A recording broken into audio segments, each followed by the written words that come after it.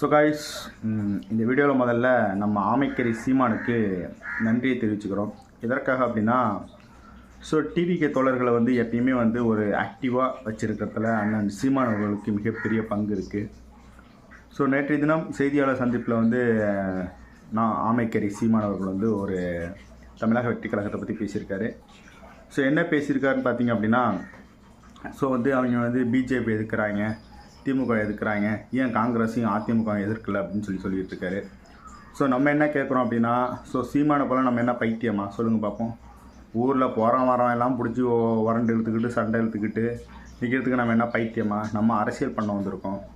So அரசியல் பண்ண வந்திருக்கோம் அப்படிங்கும்போது யாரை எதிர்க்கணும், யாரை எதிர்க்கக்கூடாது அப்படிங்கிறத நம்ம முதல்ல தெளிவுபடுத்திக்கணும். ஓகேவா?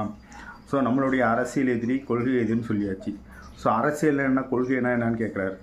ஓகேவா? ஸோ கொள்கை எதிரி அப்படின்னா யாருன்னு சொல்லியிருக்கோம்? பிஜேபி சொல்லியிருக்கோம். ஸோ கொள்கை எதிரி எதனால் சொல்லியிருக்கோம்? பிஜேபி வந்து மதவாத கொள்கையை எடுத்துக்குது. ஸோ இந்தியாவில் வந்து ஒரு மதம் தான் வந்து ஆளணும் அப்படிங்கிற ஒரு கோட்பாடை எடுத்துகிட்டு வருது. ஸோ அதனால் வந்து நம்ம அந்த கொள்கையை நம்ம ஏற்றுக்கல. பட் ஆனால் திமுகவோட கொள்கையை நம்ம ஏற்றிருக்கோம் அப்படின்னா கண்டிப்பாக அது நம்ம திமுக கொள்கை நம்ம கொள்கை வந்து பார்த்திங்கன்னா மோஸ்ட்லி எல்லாத்துலேயுமே வந்து நமக்கு ஒத்து தான் போகும். ஓகேவா? ஸோ நமக்கு திமுகவோட வந்து கொள்கை முரண் கிடையாது. ஏன் அப்படின்னா திமுக வந்து கொள்கையை வந்து பின்பற்றாமல் அவங்க வந்து ஊழல் பண்ணிக்கிட்டு இருக்காங்க. ஸோ மக்களுக்கு வந்து எதுவுமே செய்யாமல் ஊழல் பண்ணிக்கிட்டு இருக்காங்க. ஸோ அதை தான் ஒழிக்கணுமே தவிர அவங்களோட கொள்கை என்னென்ன சொல்கிறாங்க, திராவிடம் சொல்கிறாங்க, பெண் உரிமை பேசுகிறாங்க, சமூக நீதி பேசுகிறாங்க.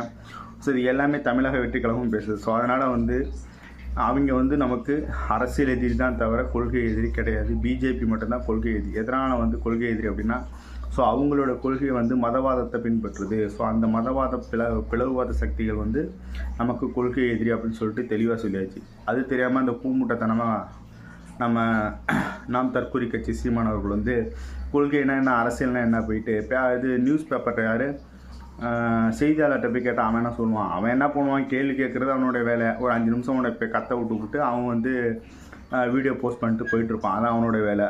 அவன் வந்து அவன்கிட்ட உட்காந்து நான் டிபேட் பண்ணிகிட்டு இருப்பான்னு நினச்சிட்ருக்கேன். சரியான பைத்தியக்காரன் நாயாக இருக்கான் இந்த சீமா. ஓகேவா? ஸோ அவன்கிட்ட போய் கற்றுனே அவன் எப்படி பதில் சொல்லுவான்? உனக்கு அவ்வளோ ஒரு இதுவாக இருந்துச்சு அப்படின்னா தமிழக வெற்றி கழகத்துலேருந்து யாராவது கூப்பிட்டு உங்களோட கொள்கையை முதல்ல என்கிட்ட விளக்குங்க அப்படின்னு சொல்லு. இன்னொரு விஷயம் என்னென்னா, தமிழக வெற்றி கழகத்தோட கொள்கையை உனக்கு சொல்லணும்னு நாங்கள் அவசியமே கிடையாது. புரியுதா? ஒருவேளை நாங்கள் கொள்கையை சொன்னால் நீ என்ன எங்கள் கட்சிக்கு ஓட்டு போடக்கூடிய நீ ஒரு கட்சி நடத்துகிற. ஸோ மக்கள் கேட்டால் மக்கள்கிட்ட நாங்கள் கொள்கையை சொல்லுவோம். மக்கள்கிட்ட நாங்கள் ஏற்கனவே கொள்கை சொல்லியிருக்கோம். முதல் மாநாட்டிலே எங்களோட மாநாடு பேரே வந்து கொள்கை விளக்க கூட்டம் மாநாடு அப்படின்னு தான் நம்ம சொல்லியிருக்கோம். அது கூட தெரியாமல் அந்த நாய் வந்து உளறிட்டு கிடக்கு.